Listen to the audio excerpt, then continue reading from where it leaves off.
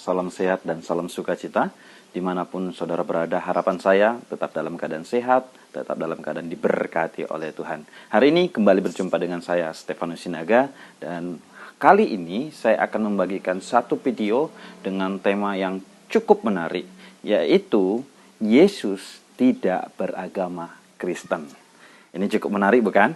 Nah, oleh karena itu, saya akan memberikan penjelasan kenapa Yesus tidak beragama Kristen. Namun sebelumnya, saudaraku, teman-teman, sahabat-sahabatku dimanapun berada, mari dukunglah channel kami dengan subscribe, like, dan share video ini, karena dukungan saudara akan sangat bermanfaat bagi pelayanan kami. Yesus tidak beragama Kristen.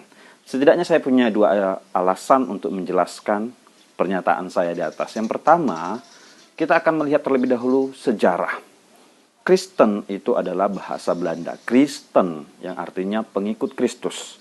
Gelar ini pertama kali muncul di Kisah Para Rasul 11 ayat 26, di mana mereka berada, yaitu murid-murid Yesus berada di sebuah tempat, yaitu di kota Antioquia, dan disebutlah mereka sebagai orang Kristen.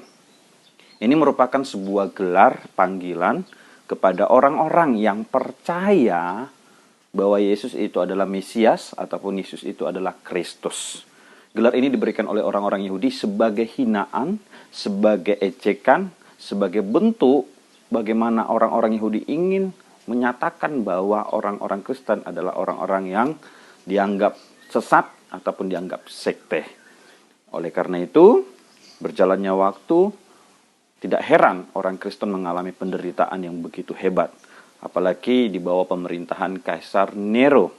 Tetapi syukur kepada Tuhan, pada tahun 272 Masehi lahirlah Kaisar Konstantin ataupun Kaisar Agung. Kemudian pada tahun 324 dia ingin berperang melawan sebuah kerajaan Romawi yang lain. Lalu dia berdoa kepada Dewa Matahari. Tetapi dia mendapatkan penglihatan yang berbeda. Justru dia mendapatkan penglihatan tentang Yesus. Dan di penglihatan itu diberikan suatu kepastian bahwa dia akan menang. Tetapi dengan satu syarat, dia harus memakai tanda salib. Kemudian akhirnya dia mengadakan sebuah gebrakan. Dia mengajak seluruh pasukannya untuk mengganti peralatan perang mereka dengan simbol-simbol salib. Dan akhirnya mereka memang mengalami kemenangan yang begitu besar. Lalu mulai saat itu, Kaisar Konstantin akhirnya menjadikan agama Kristen sebagai agama yang resmi. Dan Kaisar Konstantin sendiri akhirnya mengikut ataupun menjadi orang Kristen. Nah, kemudian berjalannya waktu pada tahun 380, Kaisar Theodorus I berdasarkan konselir di Nicea, saudaraku, akhirnya mengesahkan bahwasanya agama Kristen menjadi agama negara. Kemudian berkembangnya teologi, muncul perbedaan satu dengan yang lain, muncullah gereja Katolik, muncullah gereja Ortodok, muncullah gereja Protestan, dan sampai hari ini muncullah gereja karismatik. Saudaraku, dari situ bisa kita lihat bahwasanya Yesus bukan Kristen. Kenapa?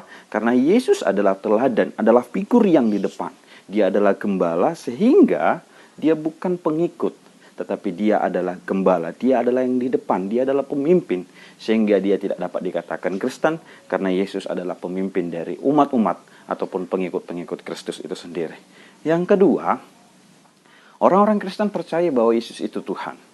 Hakikat daripada Tuhan itu adalah kudus. Kudus itu artinya tidak dapat dipengaruhi, murni, suci. Artinya Tuhan itu penguasa alam semesta. Penguasa tertinggi dari segala kehidupan, penguasa tertinggi dari segala makhluk.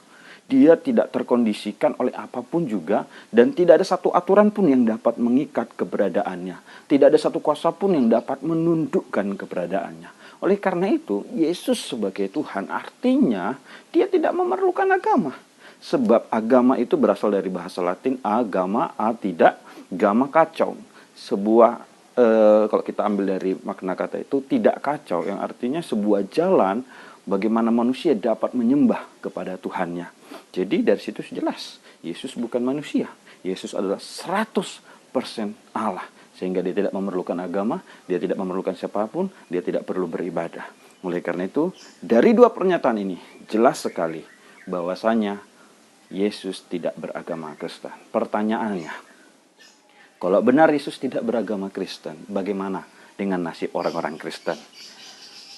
Saudaraku, dimanapun saudara berada, ini yang perlu kita perhatikan.